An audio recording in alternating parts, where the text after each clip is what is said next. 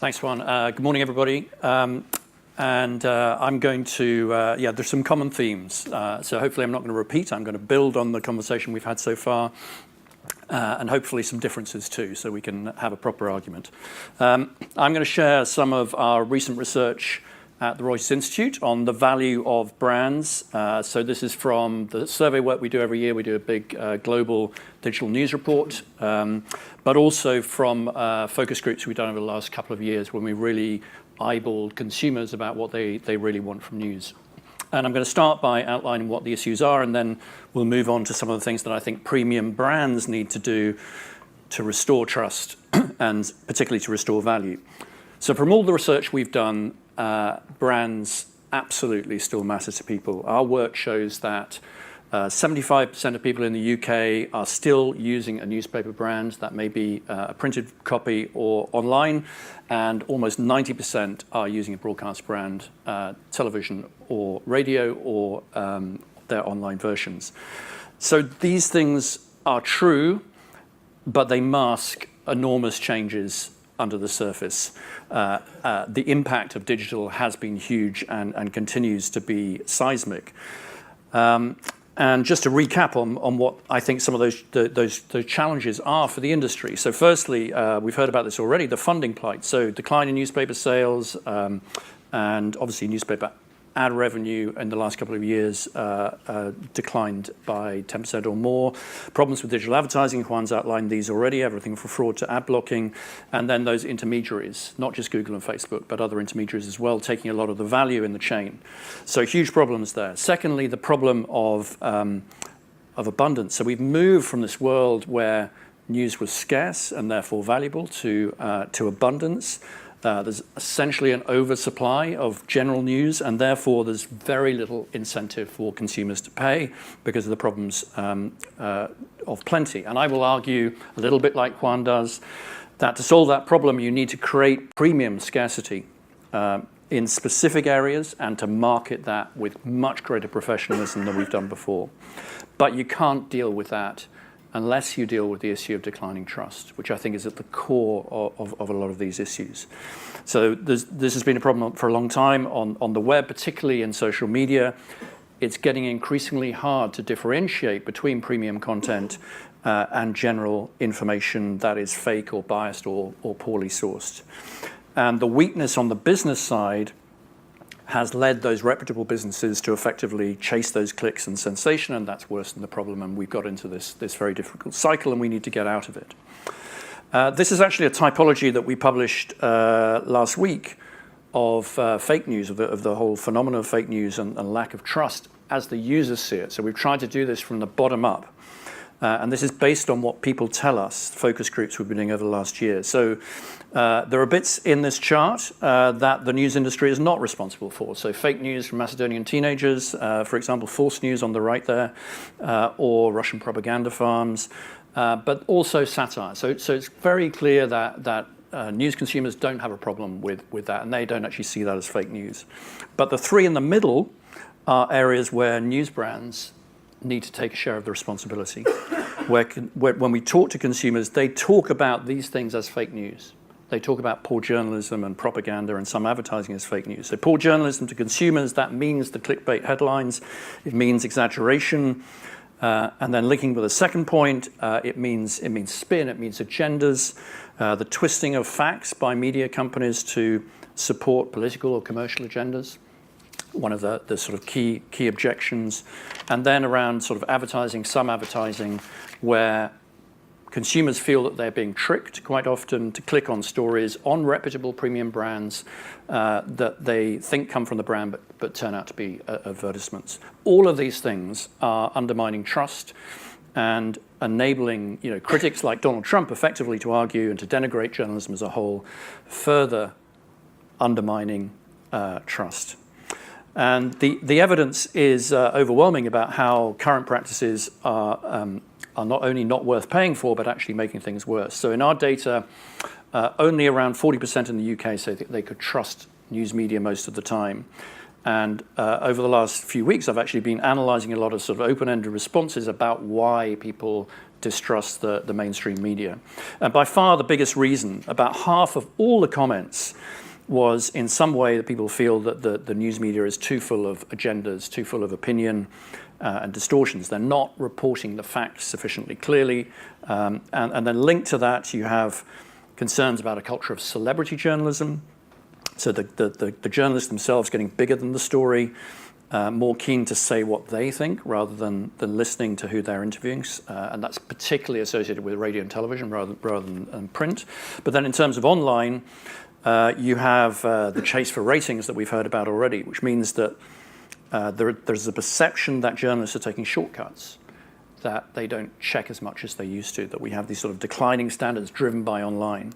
And then finally, I think a really interesting theme around sort of negativity of journalism and the growth of extreme views that are designed to capture attention in an online world specifically, and that is putting people off news. That actually there's, it's bad news that sells, and there's a tendency to report from extreme viewpoint. So all of this, of course, negative view of journalism in the UK is not helping when it comes to getting people to pay for news. And this is data from our big survey we do every year, the Digital News Report. And what it shows is the UK has the lowest percentage of people paying for online news in our entire survey, 36 countries. So only 6% in the last year. And there's lots of reasons for that, including the English language.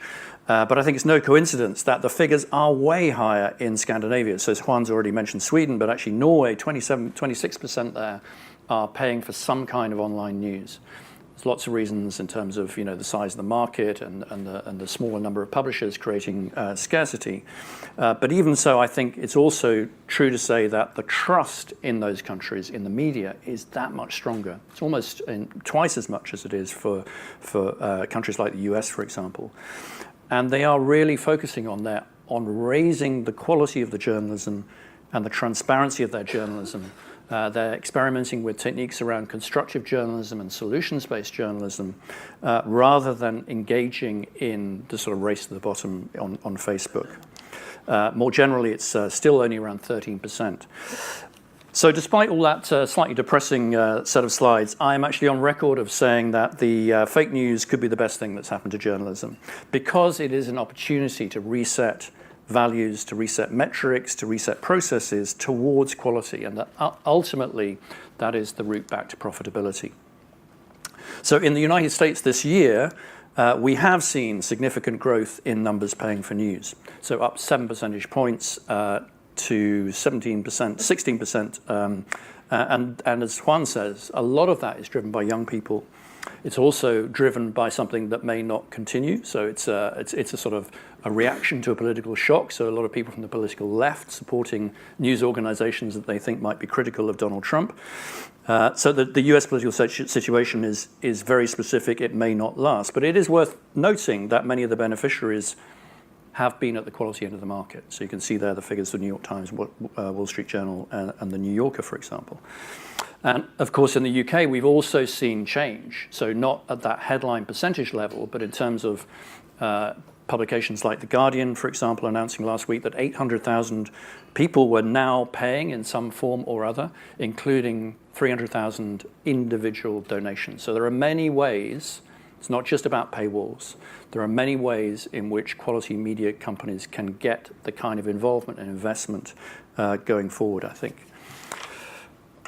We also detected in our focus groups that attitudes to payment are, there are actually considerable signs of hope. And the broad findings from the focus groups is that content alone is unlikely to be enough because of the abundance that I mentioned. But if you combine that with convenience and brand, then people are being persuaded to pay. So it's really how these three things fit together. So content first, it's that sort of reassurance, if you like, it's the answer to fake news. The reassurance that the content hasn't been made up, that it's been through processes. But it's more than that. It's also the writing, the analysis, the specialist content, and the exclusives. Secondly, there's the idea of sort of platform benefits. And this is when you go to that property that there is the convenience. It might be the app. When commuting, it might be the personalized features. It might be that you know who the person is and therefore can give more relevant content, or just the ease of use across platforms. These things are critical. And then thirdly, the brand benefits. So the familiarity, the tone, the people, the habit, what the brand says about you, and the identification. And as I say, it's really, when we talk to people, it's really the combination of these things that makes the difference. Yeah, I pay for it because I find that the stories are a little bit bulkier, I find they're a little bit more in depth. I'm considering getting the digital access to the Washington Post because I find there are a lot of Washington Post articles that I can't read because it's behind a paywall. I support The Guardian and The Intercept. The main one I pay for is New York Times because I like the op-ed. I even like the sports pages of the Times. I do think they do a lot of research, and I do think there is some content on the New York Times that I don't find elsewhere. So that kind of idea of uniqueness, the thing you can't get anywhere else, and depth, I think is critical when it's getting people to pay for things. It's very, very different from the ad-driven model. In terms of why people are not prepared to pay, again, we find three core reasons. Firstly, content barriers. That's partly the content is not considered to be different enough. So there's so much free news out there, then it has to be distinctive. But there's also a sense that they are overloaded with content already, and that even if they did have a subscription, there would be a lot of wastage, as this person says. Secondly, cost. So some people really can't afford it, or at this stage of life they can't, or they see it as an avoidable expense. So they're often paying for other things that they find more valuable. And there's also a perception problem. Many people have never even considered paying for news. I'll come back to that. And then finally, oh yeah, and I really like that comment. I've spent all this money on the phones and the bandwidth, so can you please give me something for free? And then there's the third thing is the idea of restriction. So people really like the idea of being able to select from different brands. So this person's talking about being fickle. Others talk about preferring it. They do not want to be tied down, as they see it, to one subscription or some kind of long-term commitment. So there's still huge numbers of barriers to getting people to pay as well. Again, here are some of the thoughts expressed by some of those focus group participants about why they are not paying for news. For while it's free, I'll happily not pay for it. You can see the same story on many different contents, on many different platforms, and I don't think much news that's out there today is exclusive. So to actually have to pay for something that's not exclusive, it doesn't make sense. If there was a concerted effort, I think I would pay a fee for it. Happily, I think. What might encourage you to pay for online news in the future? If I can get multiple sources in one format, in one way of accessing it, if I can pay one site and get multiple sources on that site, I'd pay for that. So I think that's a really key point. So for those people, particularly young people who've grown up with the internet, any sort of paid or premium solutions need to keep this idea of being able to access multiple sources. And that's why I think the future is not just paywall content, but free content with premium advertising or other ways of monetizing loyal audiences, which I'm sure we'll talk about in the discussion, such as membership and donations, etc. Just one other positive data point to mention, and again, Juan's alluded to this, so many of the people we talked to were young people. And it's incredibly encouraging thing coming from research, how engaged young people are with news and information, as long as it's presented to them in the right way. And there is increasing evidence they're prepared to contribute. So this chart shows how younger people, 24s to 35s, are actually proportionally more likely to pay for news than older groups. But they're also more likely to pay for online media in general, like Netflix and Spotify. And I think, like Juan, I think these services have really done a great job in providing the grammar for premium content, laying the groundwork, explaining, what you get for a premium layer is a little bit more than what you get for free. And this different layering, I think, is critical. That's having an impact on the way people think about premium content. On the other hand, the reference price is lower than a lot of news providers are offering. So it's around $9.99 a month is how they think about it, rather than £26 a month. And so young people are making that trade-off. Is this really worth 2.5 times more than my Spotify or Netflix? That's the way they're thinking. And we need to think about how we can provide value journalism products that carry as much or more value than Netflix and Spotify. So what does that look like? Just my final just one person you saw in the charts there. This is kind of not representative, of course. This guy pays for the New York Times, The Guardian. He doesn't have huge disposable income. He's donated to The Guardian. He pays for The Intercept, and he's given money to Young Turks. So it's just one example of some young people do find news valuable. So just to recap, the lessons, I think, about what we need to do, how we need to think different, the opportunities to provide value. So firstly, unique content. So that's about exclusivity, higher quality content, specialist topics, writers of repute, more lasting, evergreen content that is valuable to people. Secondly, I think this is critical, the consumer experience of news content. So that's partly comprehensive. It's the way you do it, it's the digestibility, the great storytelling that differentiates you from that raw social data and other information. But I think it's something more than that. It's also about the connections that you have in your community, the way in which you use data to build different kinds of value and experiences. It's not just about telling stories. I think that will be critical to the next 5 years. The functional experience, we've talked about that. Don't leave it to Facebook. You have to build in brilliant convenience, customization, frictionless payment journeys. The Guardian talk about moving from anonymous to known, and that sense of being known comes across in this functional experience. Easy availability, so any platform, any device, options to add other content or other services easily, so that might involve bundling much more with other services when you think about availability and how you might change that idea. The value of the brand, so superior writers, that distinctive tone and style, the ability to connect and identify with that brand in more ways, physical ways, writers more explicitly, more regularly, making more of your brand and your writers, and then finally plurality. So what more can you do around the plurality of sources and brands, which online news facilitates? So could you aggregate other people's content? Could you provide more consumer value? There's a huge untapped value for brands, I think, to bring other experiences into your portfolio to create value for consumers.